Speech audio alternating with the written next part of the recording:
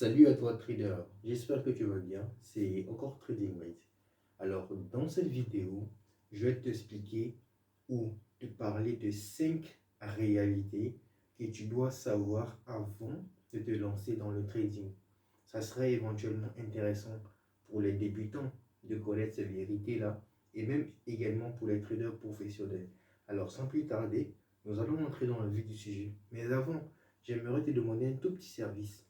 Abonne-toi à cette chaîne YouTube parce que tu vas apprendre beaucoup en regardant les vidéos. Et surtout, active la cloche de notification pour ne pas manquer la prochaine vidéo.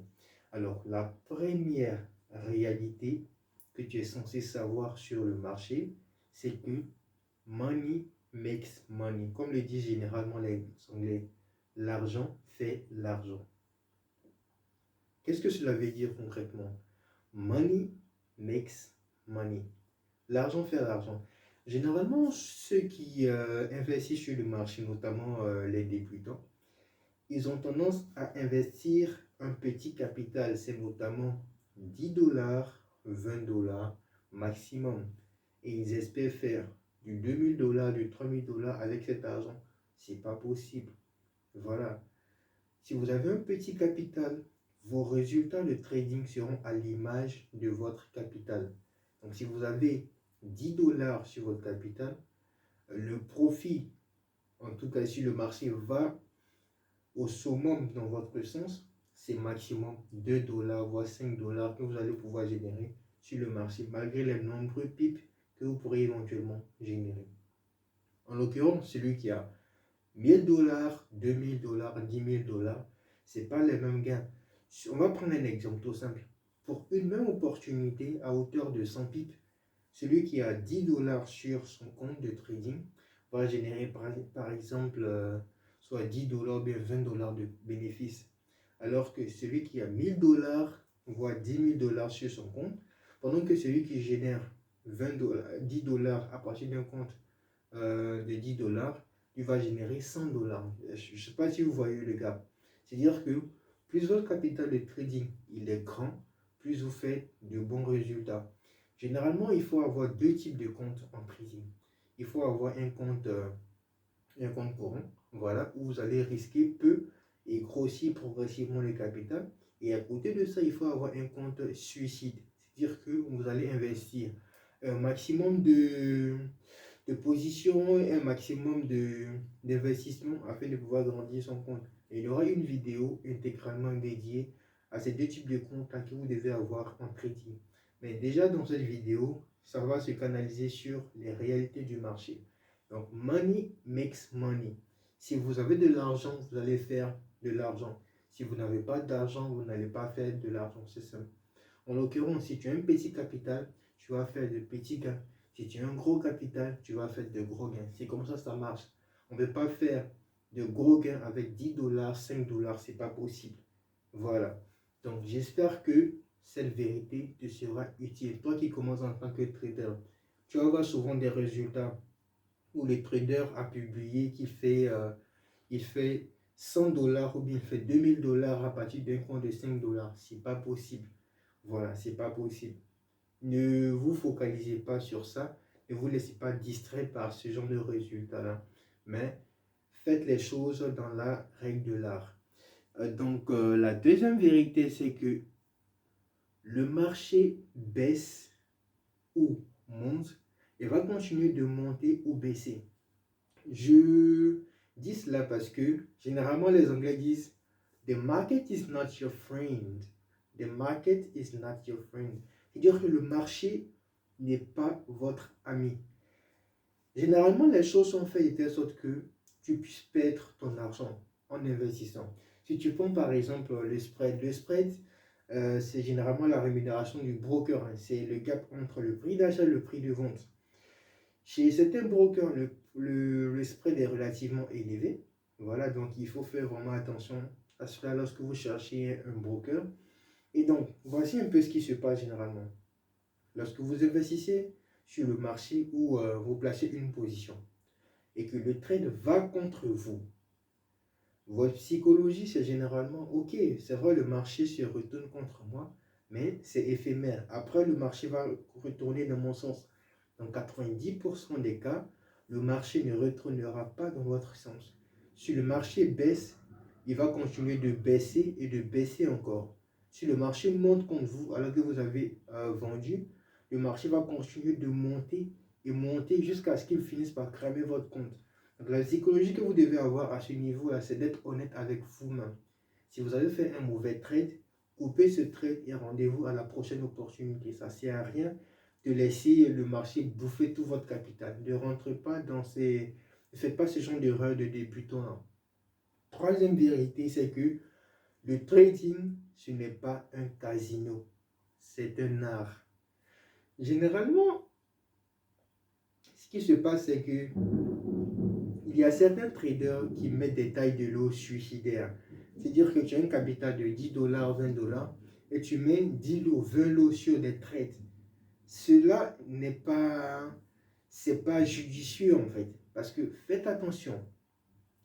Le broker, il est là pour vous faciliter ou vous donner une meilleure expérience de trade. Mais par la même occasion, c'est un couteau à double tranchant. Pourquoi je dis cela? Déjà, le broker, il va te permettre de trader avec un petit compte. C'est-à-dire que si tu as 5 dollars, 10 dollars, le broker t'autorise à déposer cet argent sur ton compte et de trader par la même occasion. Et en plus de cela, ce que le broker va te permettre de faire, c'est de te donner une marge assez large, de sorte que tu puisses risquer l'intégralité de ta position. Donc, si tu as un capital de 20 dollars et que tu risques l'intégralité de tes 20 dollars sur une position, à la moindre variation, le marché va finir par asphyxier ton capital et tu vas sortir perdant. Donc, faites très attention à cela. Faites très attention à cela. Le trading, ce n'est pas un casino, c'est de l'art. Il faut risquer peu, il ne faut pas risquer plus que son capital de trading. Généralement, ce que c'est plus commun avec les traders anglophones, où vous voyez les trades, ils placent 10 trades successivement. Voilà, ils placent 10 trades successivement et chacune de ces positions a son gain. Ne vous laissez pas distraire par ce style de trading-là. Vaut mieux placer une position et être rentable que de placer 1000 positions et être perdant sur ces différents trades-là. Parce que voici, c'est un couteau à double tranchant. Si vous placez une position et que le marché se retourne contre vous, vous perdez un peu. Cela vous permet de mieux gérer votre capital. Et si le marché va dans votre sens, à long terme, ça pourra vous permettre de générer un maximum de cash. Alors que si vous risquez toutes vos positions en plaçant des positions en rafale, c'est-à-dire le trading militaire, vous bombardez le marché avec vos positions. À la moindre variation, vous ne pourrez pas gérer le nombre de trades que vous avez placés simultanément. Et généralement, c'est une des raisons pour lesquelles les traders crament leur compte. Donc, faites très attention à cela. Quatrième vérité, c'est que le marché est quand même généreux, les gars. Le marché est quand même généreux. C'est-à-dire qu'il y a du gâteau pour tout le monde. Mais il faut être fidèle à son graphique pour pouvoir tirer le maximum du profit. Voici un peu ce qui se passe généralement. Toi, en tant que trader, lorsque tu ouvres ton application MT5 ou ta plateforme de trading MT5, tu as plus de 20 graphiques qui sont dans ton listing. Tu as plus de 100 graphiques qui sont dans ton listing. Et tu veux absolument analyser les 100 graphiques, sinon les 10 graphiques, et trouver des opportunités forcément sur ces 10 graphiques. Si supposons tu prends volatilité 10, tu analyses volatilité 10, tu places tes supports, tes résistants, tu fais tes analyses. Après, tu vas sur volatilité 50, tu fais pareil. Et à la fin de la journée, tu vas te rendre compte qu'en fait, tu t'es promené sur l'ensemble de ces graphiques-là, mais tu n'as eu aucune opportunité.